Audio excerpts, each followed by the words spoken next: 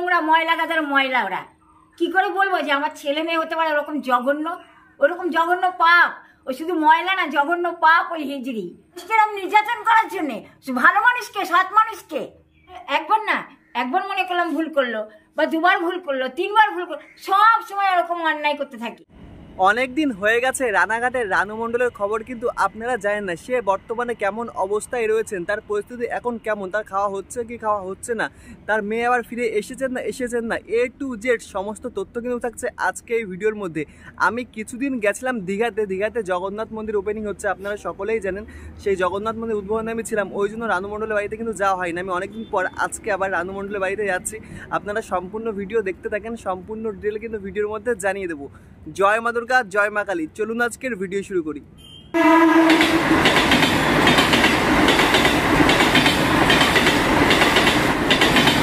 আমি হাঁটতে হাঁটতে চলে এসেছি একদম রানু মণ্ডলের বাড়িতে যাওয়ার জন্য গলির একদম কাছে। সামনেই কিন্তু রয়েছে রানু মণ্ডলের বাড়িতে যাওয়ার জন্য গলি। দেখতে পাচ্ছেন কোনো একটা দোকান রয়েছে, দোকানের সাইড থেকে ভেতরে যাওয়ার জন্য গলি। আর এই রাস্তা সোজা চলে গেছে কলকাতা। আর এদিকে যদি আপনারা যান, এদিকে সোজা চলে গেছে হলো শিলিগুড়ি। দেখতে পাচ্ছেন হাজার হাজার গাড়ি কিন্তু যাচ্ছে শিলিগুড়ির দিকে। এই রাস্তার একদম পাশেই কিন্তু রয়েছে রানু মণ্ডলের বাড়ি। এই গলির একদম শেষ মাথায় রয়েছে রানু মণ্ডলের বাড়ি। চলুন আস্তে আস্তে বাড়ির দিকে যাওয়া যাক। আমি হাঁটতে হাঁটতে চলে এসেছি একদম রানু মণ্ডলের বাড়িতে। আর দেখতে পাচ্ছেন রানু মণ্ডলের বাড়িতে ভেতরে যাওয়ার জন্য গলি কিন্তু রয়েছে ব্যাক সাইড থেকে, মানে পেছন সাইড থেকে। আর যেহেতু কিছুদিন আগে বৃষ্টি হয়েছে, আমরা দেখতে পাচ্ছি বাড়ির সামনে একদম জঙ্গল হয়ে গেছে। এখন বর্তমান সময় দেখতে পাচ্ছেন একদম নোংরা আবর্জনায় ভরে গেছে, জঙ্গল হয়ে গেছে। আর বাঁশঝাড় একদম বাড়ির ছাদের উপরে এসে পড়েছেন। দেখি কেমন আছেন উনি। দেখতে পাচ্ছি উনি ঘর ঝাড় দিচ্ছেন। আর সামনের অংশটাও কিন্তু একদম জঙ্গল হয়ে পড়ে আছে। জিজ্ঞাসা করি দরজা তালা দেওয়া আজকে, আর একদম নোংরা আবর্জনা হয়ে গেছে বাড়ি। আমাদের কেমন আছেন?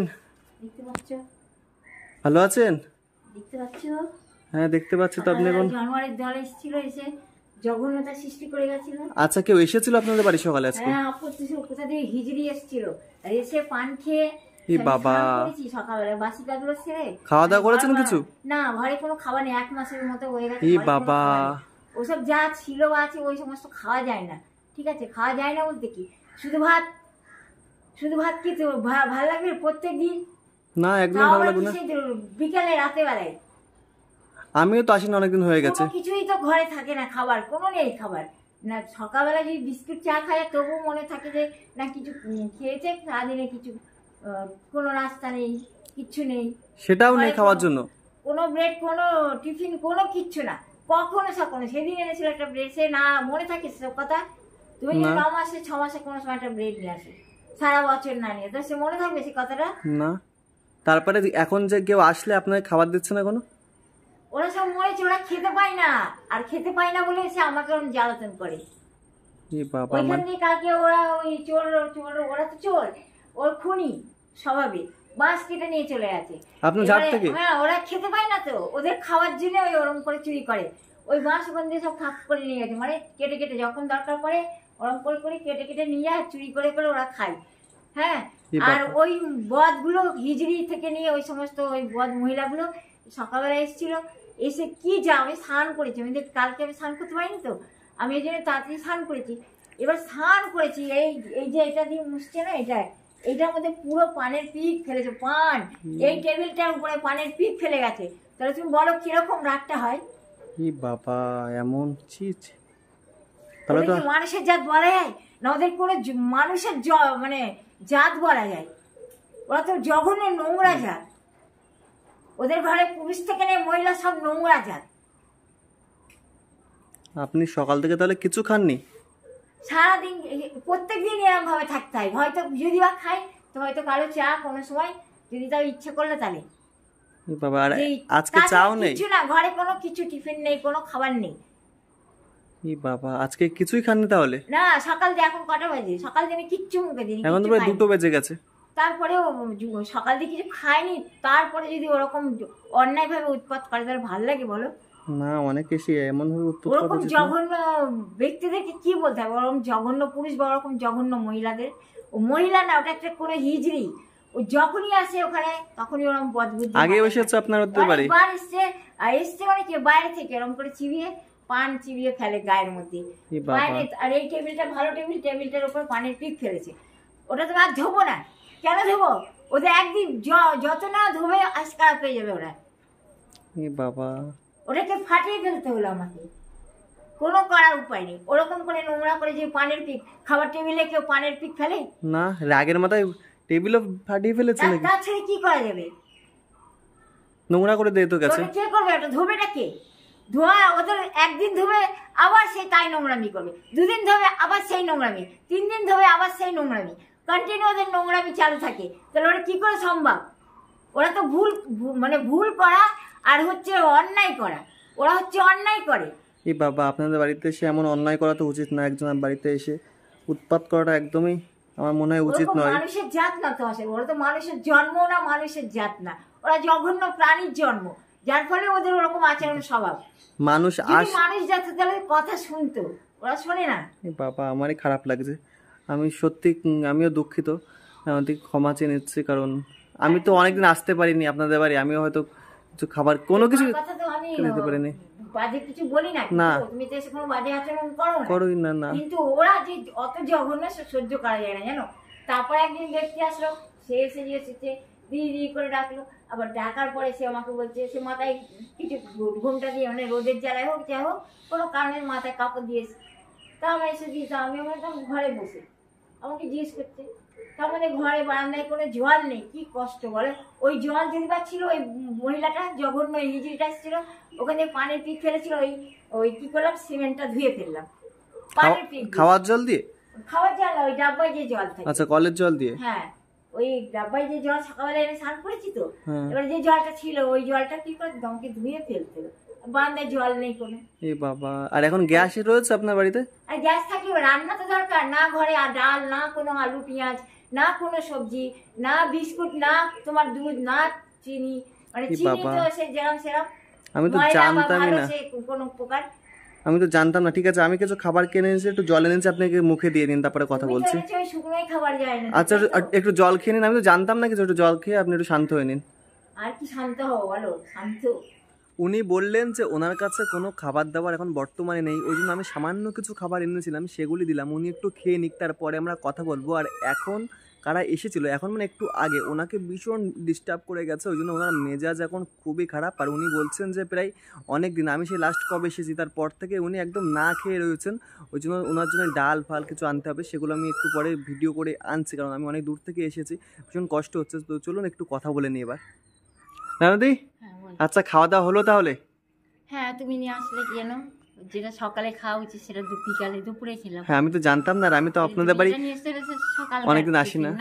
হ্যাঁ, তোমার বিস্কুট চিড়ে ভাজা এগুলো সকালেই তো খাই নাকি, ওই সকাল দিয়ে উপোস করে না খেয়ে, খাবার নেই তার জন্য খাইনি, উপোস করিনি, খাবার ঘরে নেই তার জন্য খাইনি। এখন তুমি আনলে ওই বিস্কুট চিড়ে, সেটা খেলাম, জল খেলাম।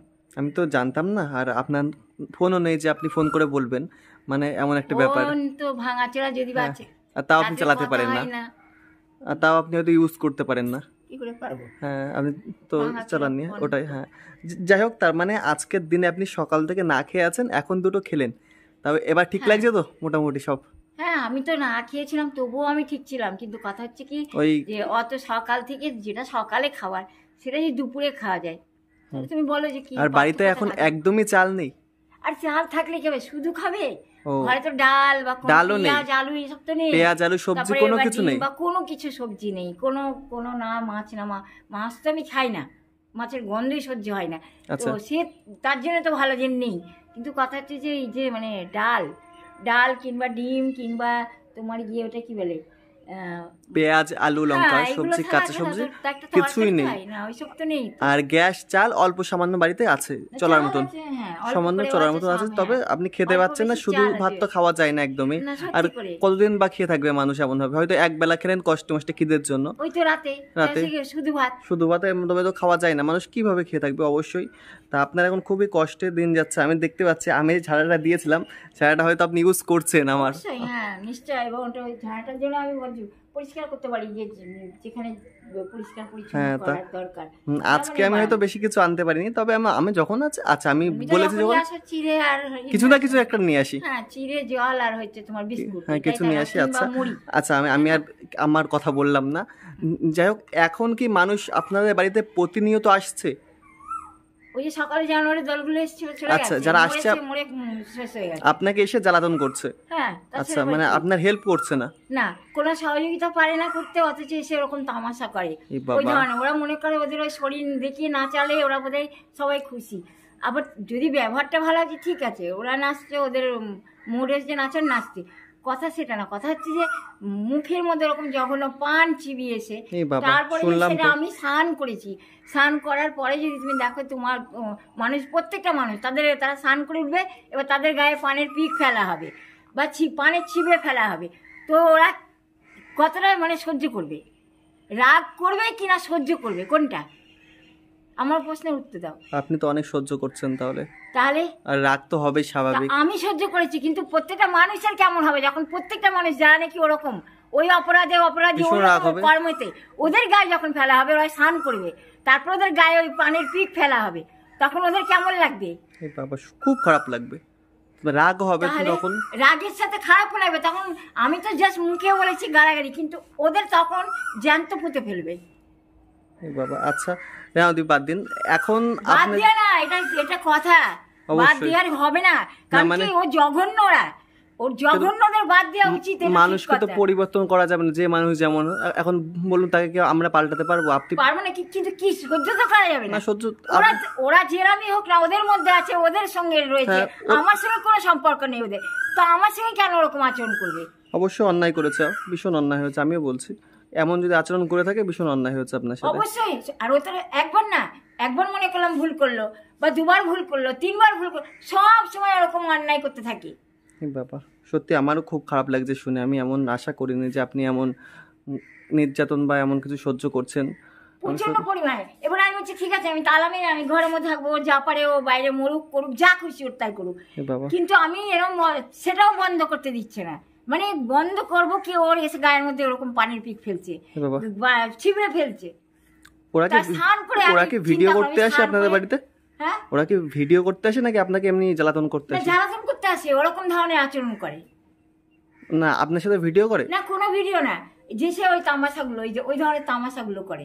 ও আপনার সাথে দেখা করে আর এরকম ভাবে ওরকম তামাশা আমাকে, মানে আমি যে কোনো আমি যদি বলে মনে করি যে হ্যাঁ ওই মহিলা ওই হিজড়িটা এসছে, হিজড়ি, তো আমি বেরোবো না, কথা বলবো না, দরকার নেই অশান্তি।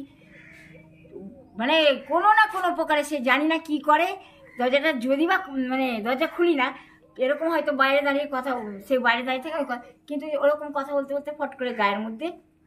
আপনি কি চেনেন তাদের? কথা হয়নি, না না, ও কোন জায়গাকার হিজড়ি ওটা আমি চিনি না। এমনিতে বাড়িতে চলে আসে, যখন ইউটিউবার গুলো আসতো তখন আসতো, কিন্তু এসে ওরকম তামাশা করে চলে যেত। আর হলো এখন এমনিতে একা একাই আসে, সে একা আসে না, ওর সঙ্গে অনেক বাজে মহিলারা থাকছে, যেমনটা ওই মহিলা বদ, মানে ওই হিজড়িটা এমন বদ, ওর সঙ্গে আরো ওরকম বদ ছিল, আরেকজন এসেছিল ওর সঙ্গেই যত বদ গুলো। বাবা আপনাকে তার মানে এমন ভাবে নির্যাতন আপনার সহ্য করতে হচ্ছে এখন এসে? ওরকম সত্যি তুমি বলো, এগুলো তো অন্যায়, অন্যায় তো, সেগুলো তো অন্যায় তো, অবশ্যই অন্যায়। যেগুলো করে ওগুলো খুবই অন্যায়। আপনাকে যে নির্যাতন করে থাকে সত্যি অন্যায় করছে, কারণ এমন করাটা উচিত না। এগুলো যখন আমি প্রতিবাদ করি তখন ওদের ওরকম অন্যায় আরো বাড়তে থাকে, প্রতিবাদ করি তো আরো বাড়ে ওরা। এমনটা করা উচিত না। তিনি হয়তো এখন তিনি অনেক ভাইরাল বা অনেকে চেনেন।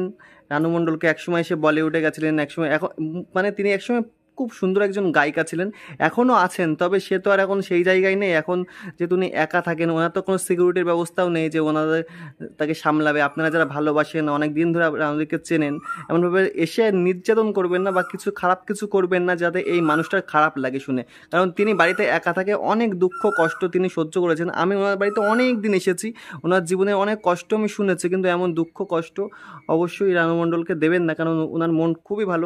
ওনার সাথে ভালোভাবে কথা বলুন, ব্যবহার করুন, ওনাকে যতটা পারুন আপনারা হেল্প করুন, বাট এমন কিছু করার চেষ্টা করবেন না প্লিজ। আপনাদের কাছে বিনীত অনুরোধ বলতে পারেন, আপনিও সকলের কাছে অনুরোধ করুন।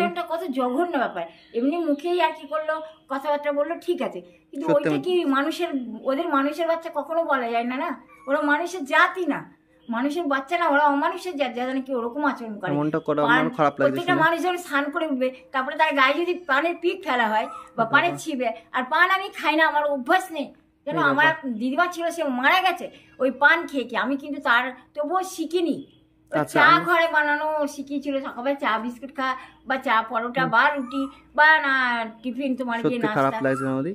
যাই হোক, এখন তো মাঝে মধ্যে বৃষ্টি ঝড় হচ্ছে, আপনার কি কোনো ঝড় বৃষ্টির মধ্যে অসুবিধা হয় বাড়িতে থাকতে? এখন ধরো যখন কারেন্ট থাকে না, তখন অবশ্যই তখন গিয়ে জানলায় গিয়ে দাঁড়িয়ে দেখতে হয়।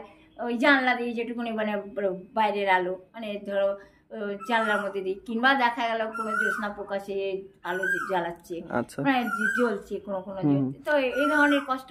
বাকি খেতে পাই না, প্রত্যেকদিন খেতে পাই না। এই যে নির্যাতন, এগুলো তো ওদের দেওয়া অত্যাচার। ওগুলো মানে এইভাবে আমাকে এমনভাবে ওরা অসুস্থ করতে যাচ্ছে যেন দেখাতে পারে যে আমি আমার কোনো ক্ষমতা নেই, বুঝতে পেরেছো? আর মানে ওরা যতই আমাকে অত্যাচার করতে চেষ্টা করে বা করে, ততই আমার ভাষা শোনে। আর এখন গরমের কোনো অসুবিধা হয়? মাঝে মধ্যে গরমে পড়ছে ভীষণ। এখনো গরম ভীষণ, তুমি নিজেও বললে, এবং গরম সত্যি করে গরমের কোনো অসুবিধা হয়? গরমে হবে, ঠান্ডাতে হবে না। কিন্তু কথা হচ্ছে কোনো কোনো সময় রাতের বেলায় কি হতো, আমার এগুলো পরে মানে বিকেলবেলা হয়তো সারাদিন স্নান করতে পেলাম না, বিকেলবেলায় স্নান করলাম বা সন্ধ্যেবেলায় বলতে গেলে বিকেল, তো স্নান করার পরে কি হতো, ভিজে কাপড়টাই পরে থাকতে হয়।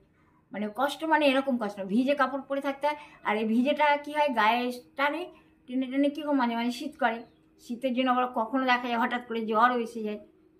আর জ্বর হলে তো আপনি ডাক্তার দেখান? না, আমি কোনো ডাক্তার দেখাই না, কারণ আমার জ্বর তো গায়ে বসে যাওয়ার জ্বর না, জ্বরটা হঠাৎ, কারণ এই যে ভিজে ভিজে কাপড় পরে থাকি না, তার জন্য তো গায়ে শুকায়। ওষুধ খান না আপনি জ্বর হলে? না, আমি কোনো ওষুধ খাই না। ডাক্তারও দেখান না, ওষুধও খাস না? তার মানে আপনার কোনো চিকিৎসা হয় না? আমি কোনো বিনা কারণে কেন ওষুধ খাবো? কোনো কারণ থাকা দরকার তো। একদিন হঠাৎ জ্বর আসছে, তখন কি রোজ তো আসে না। আর জ্বরটা আসার কারণ তো আমি বুঝি, যে এই যে কাপড় আমি যেটা পরে থাকি, সেটা তুমি যদি সবসময় তোমাকে ভিজে কাপড় পরিয়ে রাখা হয়, তো তোমার তো সেটা তো একটা ইফেক্ট হবে, তার অবশ্যই জ্বর আসবে, না তো সর্দি লাগবে, কিছু তো হবে না। সেটা জ্বর ওরকম হয়, সর্দি লেগে যায়, জ্বর হয়। হ্যাঁ হ্যাঁ, তা বুঝলাম। এখন কি আপনাদের বাড়িতে কোনো গানের জন্য কেউ অফার করছে? না, কেউ আসে না, কারণ কি সব তো স্বার্থপর ছিল প্রত্যেকের সাথে। আমি চাইও না ওদের মতো ওই জঘন্য গান গায়, কারণ ওরা যে কোনো গান গেয়ে মানে নিজেদেরকে অনেক মহান বলে মনে করে। ওদের যত রাজ্যের অহংকার, এবং যত রাজ্যের ওরা নিজেদেরকে অনেক অহংকারী বলে ওদের কর্মতে দেখায় সেটা। সুতরাং আমার দরকার নেই, আমাকে কেউ এসে গানের ব্যাপারে অফার করুক বা নিয়ে যাক বা বলুক, আমি এসব আশাও করি না, পরোয়া করি না, আশা করি না। কারণ মানুষের যা হচ্ছে, ধর্ম আসলে হচ্ছে ইনসানিয়ত। যদি ইনসানদের মধ্যে ইনসানিয়ত না থাকে তো কি গান গাবে? আর গানের ওরা মানেও বুঝে না। ওরা জানে গান মানে ওদের জঘন্য নোংরামি, তার জন্য ওরা নোংরামি করে আর নোংরা জলগুলো ফেলে, ঠিক আছে? কিন্তু আমি গানের মানে তা জানি না। গানের মানে আমি জানি দুঃখের সময় গান মনকে ভালো রাখে, এবং গানটা মানুষের জীবনে প্রয়োজন তার জন্যে। কিন্তু গান আর যে ওরকম একটা দিক, সেটা আমি জানতাম না, জানি না।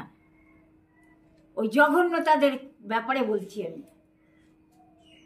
আর এখন বর্তমান সময়ে আপনার মানে এমনি জামা কাপড় এইসব দিক থেকে কোনো অসুবিধা আছে নাকি? অসুবিধা, কারণ আমার মাত্র এখন 2-3টে নাইটি পরেছিলাম, ওটার মধ্যে পানি পিপ ফেলেছিল, ওটাকে আর পরা যাবে না, ব্যবহার করা যাবে না।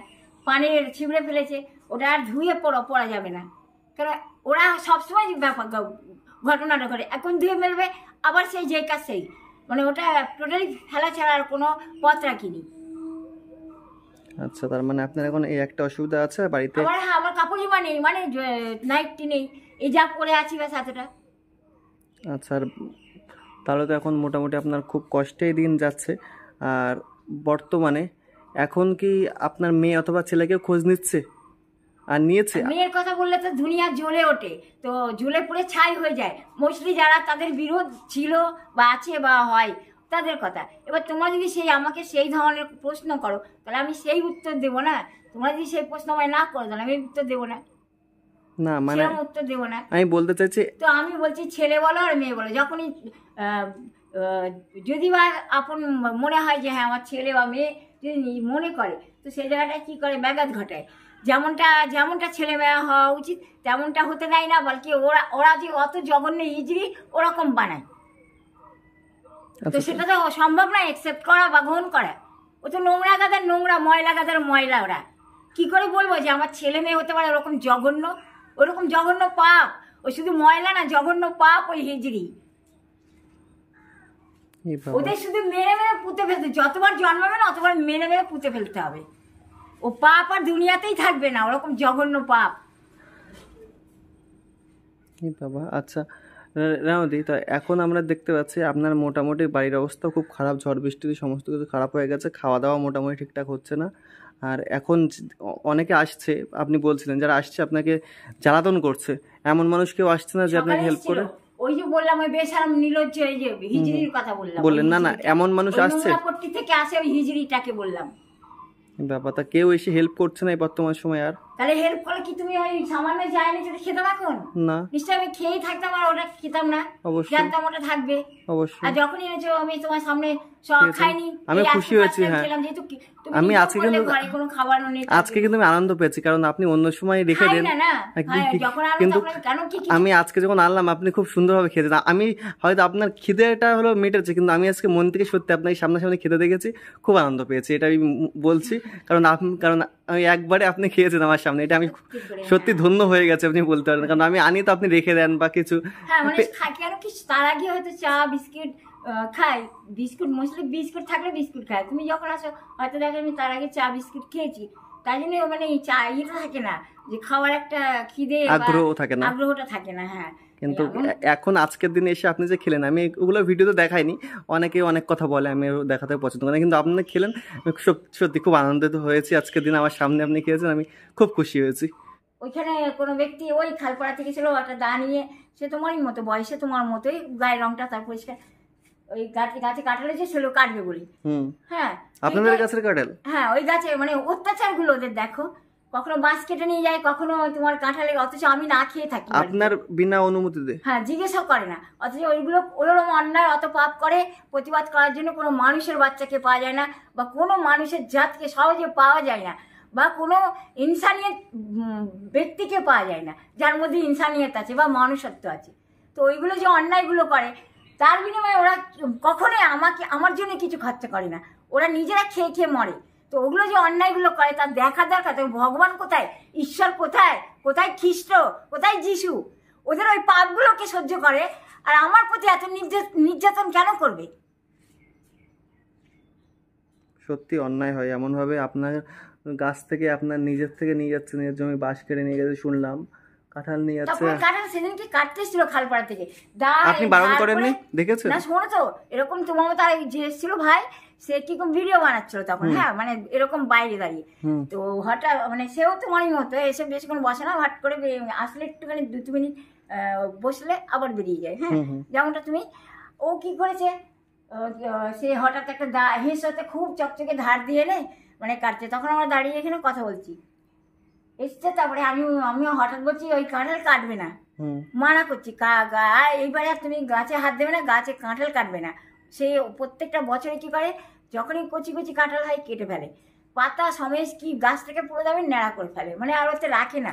এরকম প্রত্যেকটা বছর। আবার তুমি দেখো কত জঘন্য জঘন্য ভূমি, যেগুলোকে পাপের ভূমি, ওই পাপের ভূমিতে অত পাপের ফসল হয়, তখন ওরা বিবেক দিয়ে চিন্তা করে না যে ওই পাপের ভূমিতে যদি ওই পাপের ফসল হয়, তো ভালো ভূমিতে কেন ভালো ফসল হতে দেয় না?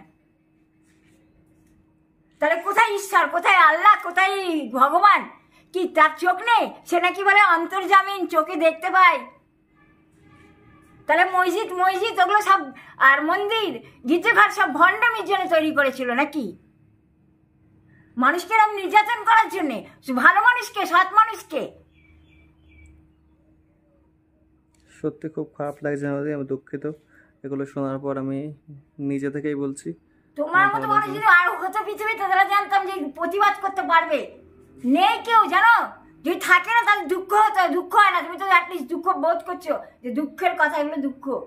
ওরকম অমানুষ নেই পৃথিবীতে, ওই ধরনের অমানুষ যারা নাকি তাও চিন্তা করে না।